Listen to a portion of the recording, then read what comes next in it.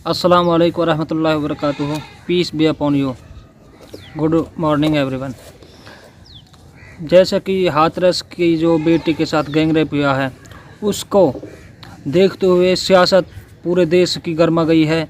विपक्ष और पक्ष दोनों ही केवल अपनी छवि को चमकाने में लगे हुए हैं। उस बेटी के न्याय के आड़ में वह अपनी इतनी गंदी पॉलिटिक्स खेल रहे हैं जिसकी हम और आप कल्पना भी नहीं कर सकते। यूपी सरकार जो यहाँ पर विपक्षों के साथ कर रहा है वह बहुत ही शर्मनाक है और बहुत ही निंदनीय है। विपक्ष बेशक राजनीति कर रहा हो, लेकिन वो उनसे मिलने के लिए उनके घर तो जा रहे हैं, लेकिन बीजेपी सरकार ये भी नहीं कर रही है कि और भी पुलिस को ऑर्डर दिया जा रहा है कि उन विपक्षियों पर, जो विपक्षी पार्टी के लोग वहाँ पर आते हैं, उनके ऊपर और भी लाठीचार्ज किया जा रहा है और उनके ऊपर अब केस भी दर्ज किया जा रहा है। और आज सुप्रीम कोर्ट में हाथरस गैंगरेप की सुनवाई है, जिसमें 3 जज सुनवाई करेंगे। जो इस केस की सुनवाई करने के लिए बेंच बैठेगी उसमें 3 जस्टिस है। उसमें पहले है chief justice of India S A Bobde, justice AS Bopanna व जस्टिस वी रामा सुब्रमण्यम।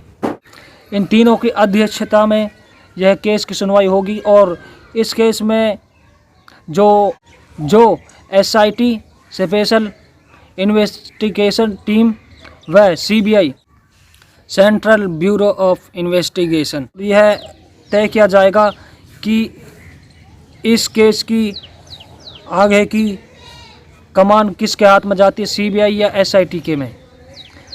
इसी के साथ मैं सभी विपक्षी दलों से बस, और जो यूपी सरकार है उससे तो उम्मीद क्या कर सकते हैं, जो एक बेटी की रात में ही अंतिम संस्कार के लिए उनके माँ बाप को भी, उनकी बॉडी को भी नहीं देते, उससे तो क्या उम्मीद करेंगे। लेकिन विपक्षियों से मैं कहता हूँ कि आप चाहे कितने भी लाठियाँ खाए, चाहे यूपी सरकार आपके साथ कितनी बुरी बर्ताव करे, लेकिन आपको डटे रहना उस बेटी के इंसाफ के लिए, क्योंकि यूपी सरकार तो इसे दबाने की पूरी कोशिश की जा रही है। क्योंकि DM की भी वीडियो सामने आई है जिसमें वह उनके घर वालों को धमकाते नजर आ रहे हैं और SP ने तो यह कहा कि उसके साथ रेप ही नहीं हुआ है।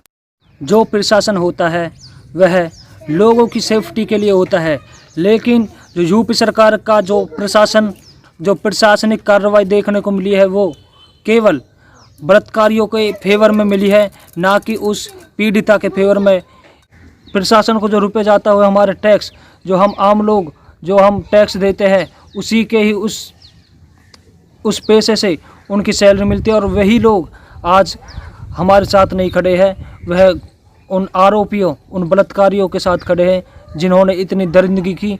उस बेटी का रेप करके उन्होंने उसकी जो रीढ़ की हड्डी होती है वो तोड़ दी और उसके शायद दुपट्टे से या हाथों से उसका गला भी घोटा, जिसके कारण 15 दिनों तक अस्पताल में मौत और ज़िंदगी के साथ जूझती रही। और मैं आप सभी से यही रिक्वेस्ट करता हूं कि आप जब तक उस बेटी के लिए न्याय ना मिले तब तक आप हैशटैग लगातार चलाते रहें, जस्टिस फॉर मनीषा वाल्मीकि, और दूसरा भी हैशटैग चलाएं और इसको ट्रेंडिंग में होने चाहिए दोनों hashtag, same on UP government.